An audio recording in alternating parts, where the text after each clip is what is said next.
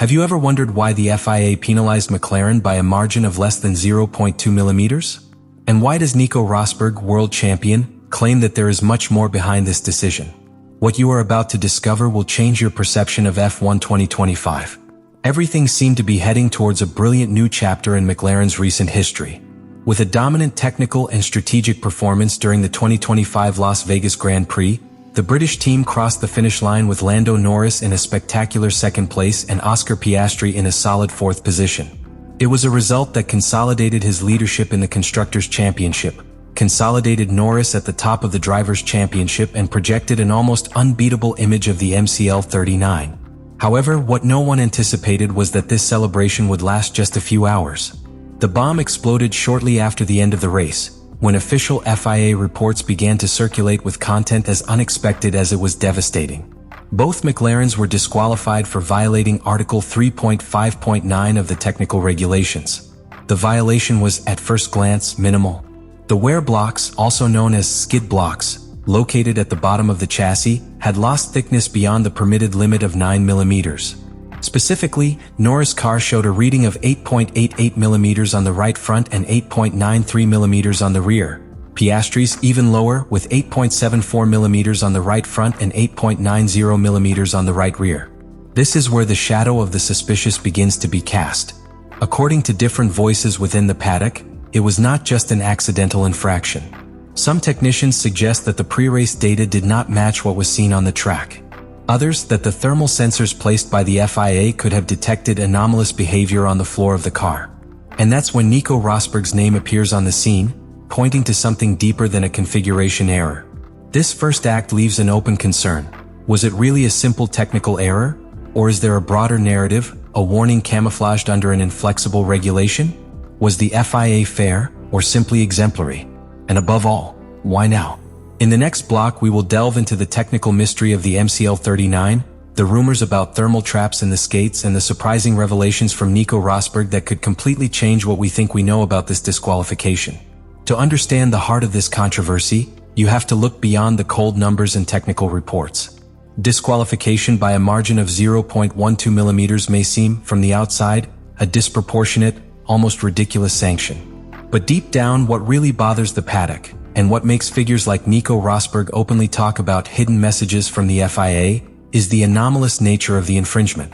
Because if McLaren had found a revolutionary solution to control front wear, why did the problem occur exactly on the rear axle? Here a mystery begins to be revealed that can only be understood by elite engineering. The MCL 39 is not just a fast car, it is a technical work of art. McLaren, for years, worked to overcome the eternal dilemma of flat-floor cars. How to run as low as possible without the skids, those titanium blocks that rub the asphalt, wearing outside the regulations. The key to its success was moving that wear towards the front axle. This solution not only improved aerodynamic efficiency, but allowed the car to maintain a stable platform even during violent braking, high-speed cornering, and aggressive direction changes. But what happened in Las Vegas broke the entire pattern of behavior that McLaren had perfected for more than a year. The illegal wear occurred at the rear. This simple fact was a red alert for all the engineers who knew the DNA of the MCL 39. Something had changed. It was not a minor deviation due to a poorly taken pothole or a poorly calculated curve. This was a deliberate change in the balance of the car. And it was precisely there where the most disturbing rumors began to emerge, the famous heated skates. According to an investigation revealed by Japanese media and leaked from the Interlagos paddock, the FIA detected suspicious devices installed in several cars at the Brazilian Grand Prix. These devices, camouflaged within the structure of the skate, were designed to heat the titanium block before the race. Why would anyone want to heat a piece of titanium? The answer is simple but brilliant. When heating the skate before the technical inspection, it expands. When expanded, it appears thicker than it really is. But once on the track, as it cools and begins to wear due to friction, the true thickness, less than the legal level, is exposed. The car runs lower, closer to the ground, generating greater ground effect. But without being detected in the initial inspection. It is a sophisticated trap worthy of a spy movie, but based on absolutely real physical principles. FIA technical delegate Joe Bauer immediately ordered the removal of these devices before qualifying in Brazil. However, from that moment on, a silent hunt was activated. The FIA was not going to allow this possible loophole in the regulations to extend. That's why, in Las Vegas, they increased the technical scrutiny.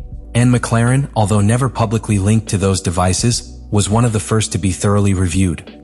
According to what Rosberg revealed in a private forum with engineers and former drivers, the FIA would have used high-precision thermal sensors to measure skid temperatures before and after qualifying. And the data, although not officially published, showed anomalous thermal behavior in the rear blocks of the McLarens. That could be the definitive clue as to why the FIA decided to act so forcefully. But Rosberg went even further. According to him, the FIA's decision was not only based on technical data. There was also growing pressure within the internal politics of Formula One. McLaren had been dominating strongly, and certain sectors were beginning to question whether they were benefiting from an excessively liberal interpretation of the regulations. In this context, an exemplary sanction could serve as a reminder to all teams that no one is above the technical law. And this is where the mystery transforms into political tension. Because although the FIA has the power to sanction any technical infringement, the question is that authority being used as a control tool? Was McLaren the victim of selective inspection? Or were they simply overconfident and caught at the right moment? And do you think McLaren was a victim of its own technical genius? Or do you think they crossed an ethical line and were caught at the right time? Rosberg did not limit himself to talking about the worn-out skates or the legal margins. What he put forward was a strategic vision of what was really at stake, the balance of power within Formula One.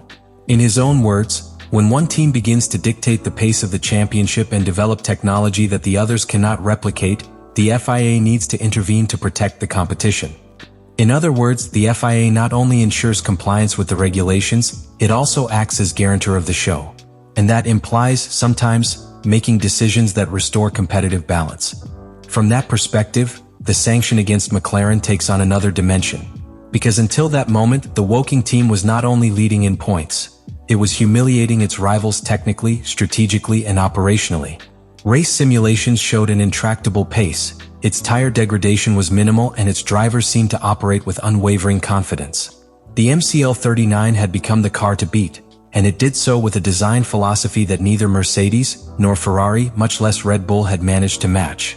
But what was really bothersome in the corridors of the paddock was not just McLaren's performance, but the aura of impunity with which they seemed to operate. The team had spent several races exploring the limits of the regulations, modifying suspension geometries, experimenting with extreme ride heights, and, as we saw, developing unconventional methods to control ground wear. All this within the legal margin, until Las Vegas. And it is at that point where Rosberg's revelation takes hold. The FIA did not act solely on the basis of the GP data. According to him, this was a cumulative sanction, built on a series of non-public warnings, internal inspections, and political pressure. A preventative action, designed to nip a potential regulatory loophole in the bud before it became a pattern imitated by other teams. But this move also unleashed unexpected side effects. The sanction stripped McLaren of vital points in the championship, cut Lando Norris' lead in the Drivers' Championship, and allowed Red Bull and Mercedes to close the gap.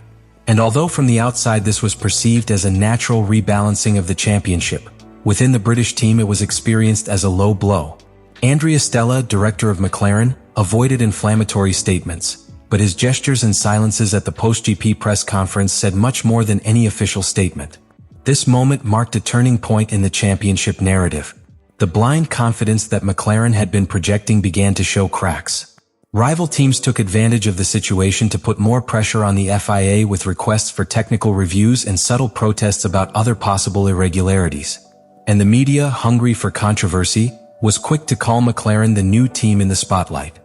Rosberg, far from softening his stance, doubled down in his subsequent public appearances.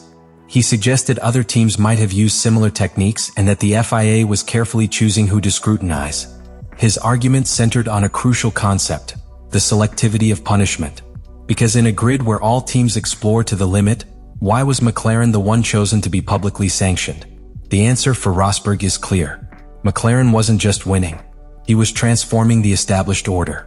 And that, in a category where commercial, political, and technological interests are so intertwined, generates inevitable tensions.